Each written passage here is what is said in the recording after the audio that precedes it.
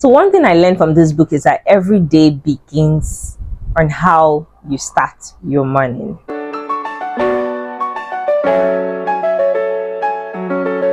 Hi everyone, I'm going to be talking about something very interesting today. So I'm going to be sharing 5 life-changing books that you need to read in 2024. 5 of these books are books that I've literally read and they really did something in my life. And then some authors really helped me become a better version of myself. The first book I would recommend and would always recommend is The Purpose Driven Life by Rick Warren. I've recommended this book to a couple of persons who have always come back to attest on how this book has blessed their lives. The Purpose Driven Life is not just a book, it's a journey of self-discovery, a journey of discovering who we are, why we are here, and where we are from. It's a sort of a journey that leads us to discovering our life purpose. Every day requires you reading a chapter that opens you up to daily reflections, points to ponder,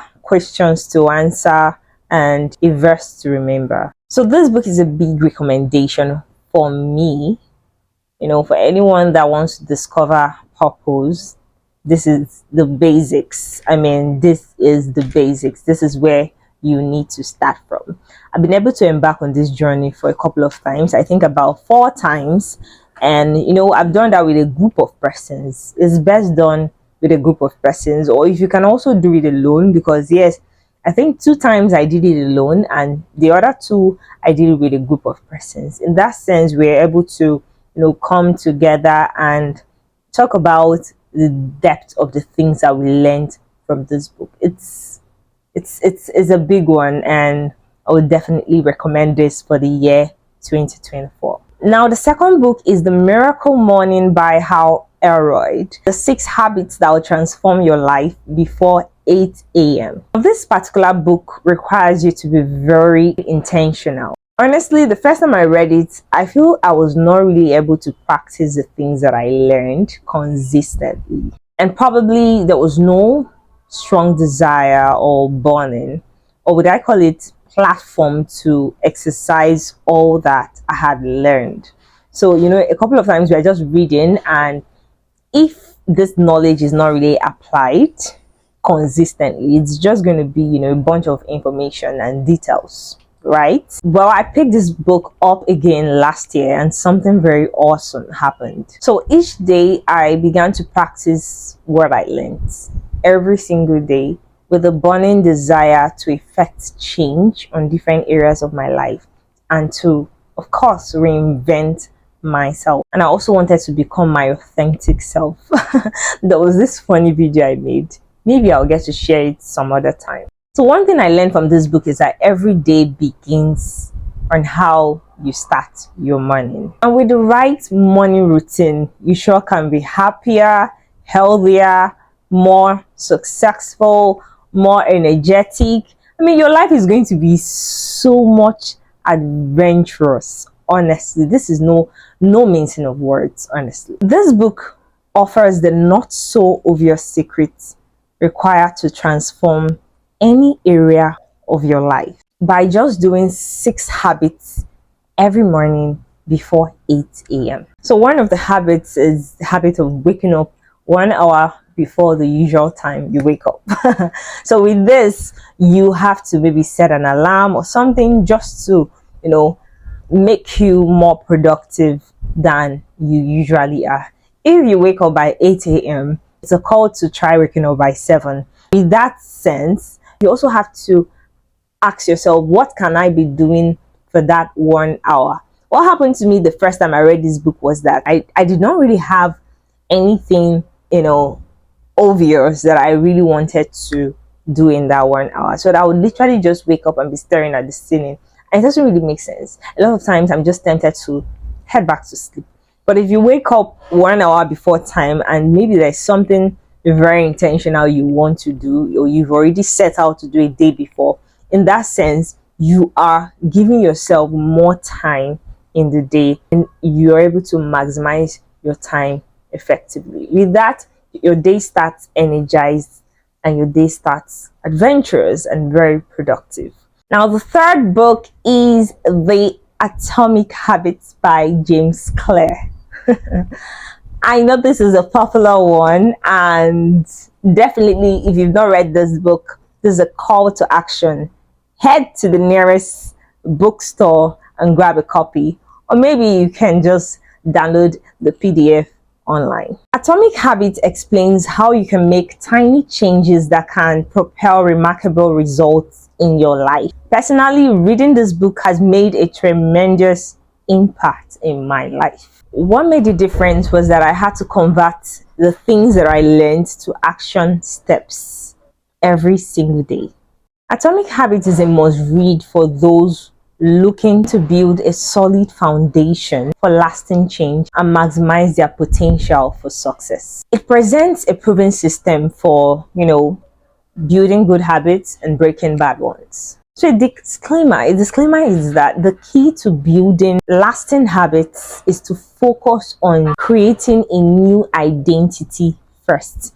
So before you're all about, I need to do this, I want to do that, you need to focus on you first. And a new identity starts with the right mindset.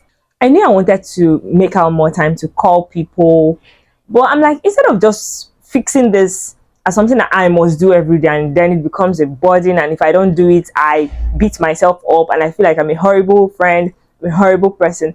How about I focus on building my mindset first? How about I focus on, getting to know how important it is to care better for people, make out time for people. In that sense, it doesn't even have to be something I have to necessarily schedule. It's just automated, and it's something I do because I love to do it. It's more pleasurable and makes more sense, right? Your current behaviors are simply a reflection of your current identity. So focus on your identity first. Focus on changing your identity first. What are the 4 pillars of every atomic habit, every tiny little habit? 1, it has to be made obvious. Make it obvious. 2, make it attractive. Then you make it easy. Lastly, make it satisfying. Once our habits become automatic, we start focusing so much on what we are doing per time. But first, we work on simplifying this habit to look more obvious, attractive, pleasurable, and satisfying. And of course, very easy. So this is what the book is all about. It's just all about breaking down the huge thing into the most tiny form, and when you see it, your mindset already tells you, this is not that difficult anyways. It's so obvious, it's so simple, it's so easy, and it's pleasurable. So by the time you get your mind to believe that this is how it is, you don't necessarily have to struggle with it anyways. It's just like, every morning I know I have to wake up studying my Bible or studying my book. So instead of keeping it far away, all I have to do is just keeping it very close to me, so that once I wake up, it's just easy for me to grab my book and start reading. And then if I don't want to press my phone, I could keep my phone so far away.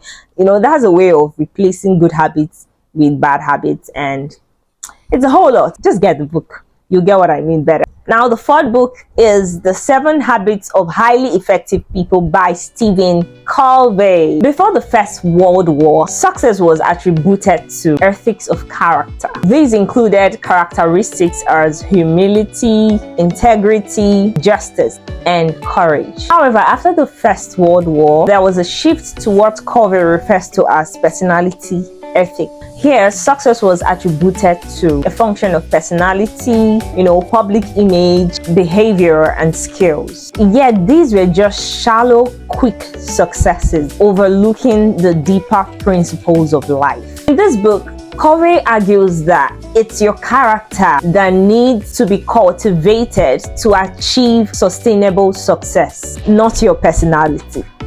So basically, what we are says more than what we say or do. The 7 habits of highly effective people composed of primary principles of character upon which happiness and success are based. So to simplify this, rather than focusing on altering the outward manifestations of behavior and attitude, it aims to adapt your inner core, character, and motives. This was one reason, instead of focusing on cultivating a particular habit due to external pressures like, oh Miriam, why are you not making out time to call someone? You need to create more time. Instead of beating myself up and feeling like, why am I not doing this, why am I not doing that, I would rather focus on building and cultivating a new mindset that would automatically shape me towards achieving a particular goal. So instead of pushing myself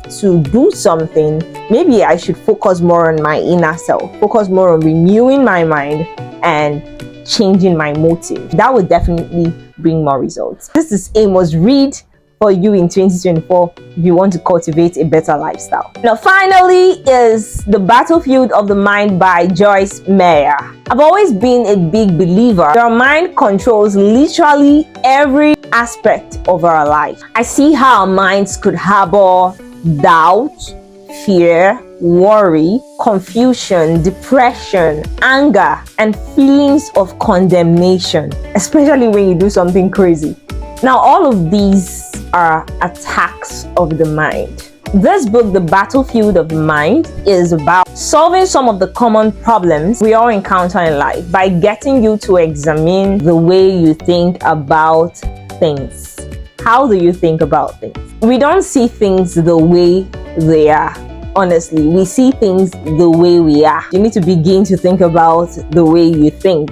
You need to gain more control over your mind, and the only way you can do this is to think about the things you think. In that sense, you're more mindful, you're more conscious of what to tolerate and what not to tolerate. In addition, you're able to sieve off what's negative and whatever that is not going to be of any good help to you. So The Battlefield of the Mind is a book I picked up when I knew that I really needed to work on my mind. And our feelings fluctuate a lot. Our feelings are subtle. This minute you feel this way, the other minute you feel that way. So there's a way to gain full mindfulness, full consciousness, to be able to take control over your mind. So these are the 5 books I would recommend for this year, 2024. This is a beautiful year, amidst the whole chaos, amidst everything going on in the country today, in the world at large. I would really suggest that you make out time to read a book. Just even if it's one book, just pick a book and read, and then find out what works for you. That's just the best thing. Lately, I've been doing more of audiobooks because I'm actually very preoccupied with a lot of things. So I just make out time with the Pocket Book app always does it well for me. I could just be playing the book in the background and also doing some other active stuff. So I really hope this would help you, hopefully, and I can't wait to get your feedback as soon as possible. Thank you so much for sticking to the end. If this video blessed you, please don't forget to click the like button, comment, tell me what you got, what stood out for you, if you've read any of those books, and if you would even like to recommend something, of course, that's awesome, that's fine. And don't forget to subscribe and share to a friend. Thank you very much. I'll definitely see you in the next video.